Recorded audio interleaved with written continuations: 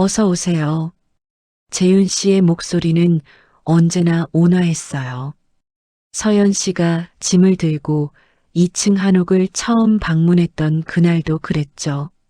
아버님, 폐를 끼치는 건 아닐까요? 서연 씨는 조심스럽게 물었어요. 재혼한 지 얼마 안 된 상황에서 시아버지와 동거하는 건 부담스러운 일이었거든요. 무슨 말씀을? 이 넓은 집에 혼자 있는 게 더 외롭습니다. 며느님 피아노 소리라도 들으면 집이 살아날 것 같네요. 그렇게 세 사람의 동거가 시작됐어요. 처음 몇 달은 정말 평화로웠죠. 태준 씨는 매일 아침 일찍 나가 밤늦게 돌아왔고 서연 씨는 집에서 온라인 피아노 레슨을 했어요. 재윤 씨는 서재에서 책을 읽거나 정원을 손질하며 조용히 지냈고요. 하지만 서연 씨는 점차 이상한 걸 눈치채기 시작했어요. 밤마다 1층 서재에서 들려오는 낮은 신음소리, 새벽에 부엌에서 마주친 재윤 씨의 핏발선 눈, 그리고 무엇보다 남편 태준 씨가 그녀를 대하는 방식이 어딘가 의무적이라는 느낌. 여보, 요즘 제가 매력 없어 보여요? 어느 날 밤 서연 씨가 용기 내어 물었어요. 무슨 소리야? 피곤해서 그래. 프로젝트가 막빠지거든. 태준 씨는 등을 돌린 채 대답했죠. 그날 밤 서연 씨는 잠이 오지 않아 거실로 내려왔어요. 그리고 서재에서 새어나오는 불빛을 발견했죠. 아버님, 아직 안 주무세요? 문을 살짝 열자 재윤 씨가 놀란 표정으로 뭔가를 급히 서랍에 넣는 게 보였어요. 아, 며느님, 잠이 안 와서 책을 좀 보고 있었습니다. 저도 그래요. 따뜻한 차라도 드릴까요? 그러시겠습니까? 부엌에서 차를 준비하는 동안 서연 씨는 재윤 씨의 시선을 느꼈어요. 무언가 말하고 싶지만 참고 있는 듯한 그런 눈빛. 며느님, 네 아버님, 태준이가 며느님한테 잘해드리나요? 갑작스러운 질문에 서연 씨는 당황했어요. 물론이죠. 왜 그런 걸 물으시는 거예요? 제 아들이지만 그 애는 어머니를 닮아서 감정 표현이 서툴거든요. 혹시 외로우시진 않나 싶어서요. 그 순간 서연 씨는 재윤 씨의 눈에서 자신과 같은 외로움을 발견했어요. 아버님도 외로우신 거 아니에요? 재윤 씨는 대답 대신 씁쓸하게 미소 지었어요. 그리고 그날 밤 두 사람은 새벽까지 이야기를 나눴죠. 재윤 씨의 돌아가신 아내 이야기, 서연 씨의 전 결혼 이야기, 그리고 각자가 품고 있던 외로움에 대해서 다음 날부터 뭔가 달라지기 시작했어요. 서연 씨가 피아노를 치면 재윤 씨는 자연스럽게 거실로 나와들었고 재윤 씨가 정원을 손질할 때면 서연 씨가 차를 내왔어요. 태준 씨가 없는 저녁엔 함께 식사하며 깊은 대화를 나눴죠. 그러던 어느 날 태준 씨가 폭탄 선언을 했어요. 한 달 정도 부산 프로젝트 때문에 내려가야 할 것 같아. 주말에도 올라오기 힘들 거야. 한 달이나요? 미안해. 이번 프로젝트만 끝나면 여행이라도 가자. 태준 씨가 떠난 첫날 밤 저녁 식사 자리는 유난히 조용했어요. 며느님 불편하시면 제가 요양원이라도. 아니에요 아버님. 전 괜찮아요. 하지만 둘 다 알고 있었어요. 이 어색한 긴장감의 정체가 무엇인지. 그날 밤 늦게까지 피아노 연습을 하던 서연 씨는 갑자기 손가락을 삐끗했어요. 아, 며느님 괜찮으세요? 어느새 재윤 씨가 옆에 와 있었어요. 손가락을 좀 삐끗한 것 같아요. 제가 봐도 될까요? 예전에 정형외과에서 일한 적이 있어서 재윤 씨가 서연 씨의 손을 조심스럽게 잡았어요. 그 순간 두 사람의 눈이 마주쳤죠. 아무렇지도 않은데 이렇게 심장이 뛰는 건 왜일까요? 서연 씨가 속삭이듯 말했어요. 재윤 씨의 손이 떨렸어요. 며느님, 이러시면 안 됩니다. 뭐가요? 전 아무것도 안 했는걸요. 그날 밤 두 사람은 경계선을 확인했어요. 넘어서는 안 되는 하지만 너무나 가까이 다가온 금기의 선을. 한 달은 생각보다 길었어요. 아니, 길다기보다는 위험했어요. 태준 씨는 일주일에 한 번 전화를 했고 그마저도 5분을 넘기지 않았어요. 서연 씨는 점점 자신이 누구의 아내인지 잊어가는 것 같았죠. 반면 재윤 씨와는 매일 밤 차를 마시며 이야기를 나눴어요. 문학, 음악, 인생, 그리고 사랑에 대해서. 재윤 씨는 서연 씨가 연주하는 쇼팽을 들으며 눈물을 흘리기도 했어요. 아버님, 왜 우세요? 아내가 생각나서 그럽니다. 이렇게 아름다운 연주를 들려주고 싶었는데 그러지 못했거든요. 아버님의 부인분은 어떤 분이셨어요? 강하고 똑똑한 사람이었죠. 하지만 전 그 사람을 행복하게 해주지 못했습니다. 일에만 매달려서 정작 중요한 걸 놓쳤어요. 서연 씨는 그 말에서 자신의 현재를 보았어요. 태준 씨도 아버님을 닮은 걸까요? 그래서 더 미안합니다. 제 잘못이 대물림된 것 같아서. 그날 밤 처음으로 재윤 씨가 서연 씨의 손을 잡았어요. 며느님, 당신은 행복해야 합니다.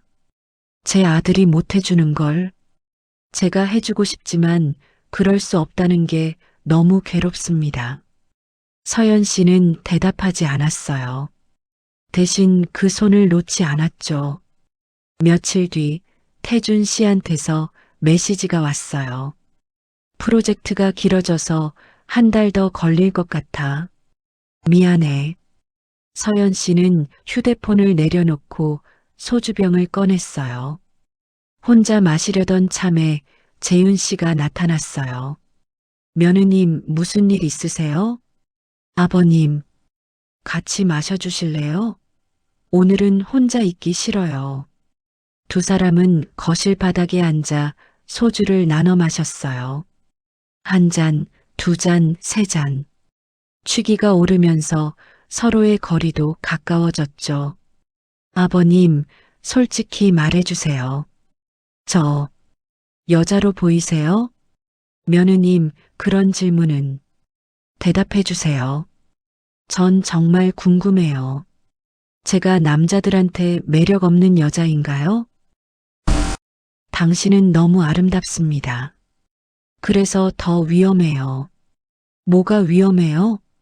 제가 당신을 며느리로만 볼 수 없게 되는 게 위험합니다. 서연 씨는 재윤 씨의 눈을 똑바로 바라봤어요. 그럼 어떻게 보고 싶으세요? 며느님, 전 외로워요, 아버님. 남편은 멀리 있고 전 이 집에서 유령처럼 살고 있어요. 아버님도 그렇잖아요. 우린 둘 다 외로워요. 재윤 씨가 서연 씨의 뺨에 손을 댔어요. 떨리는 손이었죠. 이러면 안 되는 걸 알면서도.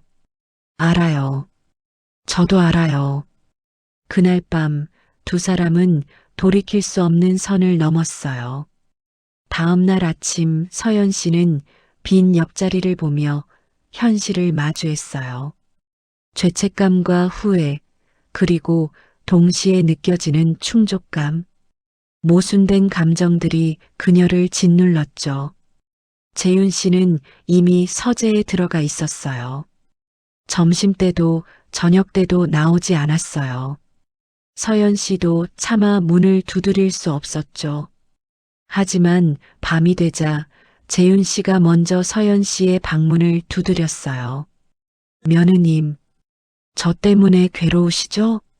아버님도 그러실 거잖아요. 미안합니다. 제가 선을 넘었습니다. 아버님, 혼자만의 잘못이 아니에요. 전 저를 원하는 사람이 필요했고, 아버님은 거기 있었어요. 그럼 이제 어떻게 해야 할까요? 서연 씨는 재윤 씨를 끌어안았어요. 모르겠어요. 그냥 오늘 밤만은 생각하고 싶지 않아요. 그렇게 위험한 관계는 계속됐어요. 낮에는 서로를 피하고 밤이 되면 서로를 찾는 기묘한 일상. 두 사람 모두 이게 잘못됐다는 걸 알았지만 멈출 수 없었어요. 그러던 어느 날 갑자기 태준 씨한테서 전화가 왔어요. 여보, 나 내일 올라가. 프로젝트가 잠깐 중단돼서 일주일 정도 쉴 수 있을 것 같아. 서연 씨는 식은땀이 났어요. 그래요? 알았어요. 전화를 끊고 재윤 씨한테 달려갔어요. 아버님, 태준 씨가 내일 와요. 재윤 씨의 얼굴이 창백해졌어요. 그렇군요. 당연한 일이죠. 우리 어떻게 해요? 원래대로 돌아가야죠. 처음부터 이런 일은 없었던 것처럼. 하지만 두 사람 모두 알고 있었어요. 그게 불가능하다는 걸. 태준 씨가 돌아온 날 집안 분위기는 이상하게 무거웠어요. 다들 왜 이래? 내가 오는 게 그렇게 불편해? 태준 씨가 농담조로 물었지만 서연 씨와 재윤 씨는 제대로 대답하지 못했어요. 그날 밤 오랜만에 부부의 침실. 태준 씨가 서연 씨를 안으려 했지만 서연 씨는 본능적으로 몸을 굳혔어요. 왜 그래? 오랜만인데. 미안해요. 몸이 좀 안 좋아서. 요즘 아빠랑은 잘 지냈어? 그 질문에 서연 씨의 심장이 멎는 것 같았어요. 네, 잘 지냈어요. 다행이네. 아빠가 외로워하실까봐 걱정했는데. 태준 씨는 곧 잠들었지만 서연 씨는 밤새 잠을 이루지 못했어요. 며칠 뒤 재윤 씨가 태준 씨를 불렀어요. 태준아, 아빠 말 좀 들어줄래? 무슨 일이세요, 아버지? 나 요양원에 들어갈까 한다. 갑자기 왜요? 여기 계시면 되잖아요. 아니다. 나이도 있고 너희 부부 생활에 방해되는 것 같아서 말이야. 무슨 소리예요? 서연이도 아버지 좋아하는데. 재윤 씨는 씁쓸하게 웃었어요. 그래서 더 가야 해. 너무 좋아하게 되기 전에. 다음 날 서연 씨는 정원에서 재윤 씨를 마주쳤어요. 아버님, 정말 가시는 거예요? 그래야죠. 이게 우리 모두를 위한 길입니다. 전 아버님이 떠나시면 어떻게 해요? 며느님은 원래 자리로 돌아가시면 됩니다. 태준이의 아내로. 그게 쉬울 것 같아요? 쉽진 않겠죠. 하지만 해야 합니다. 우리가 지은 죄가 당신의 인생을 망치게 둘 순 없어요. 죄라고 생각하세요? 생각하고 싶지 않지만 사실이니까요. 재윤 씨가 떠나는 날 서연 씨는 현관까지 배웅을 나갔어요. 태준 씨도 함께였죠. 아버지, 자주 면회 갈게요. 그래. 너희 부부 사이좋게 잘 살아라. 재윤 씨는 마지막으로 서연 씨를 바라봤어요. 그 눈빛에 담긴 의미를 오직 서연 씨만 알 수 있었죠. 당신은 행복해야 합니다. 차가 떠나고 서연 씨와 태준 씨만 남았어요. 아빠가 왜 갑자기 가시겠다는 건지 모르겠네. 사람은 다 자기 자리가 있나 봐요.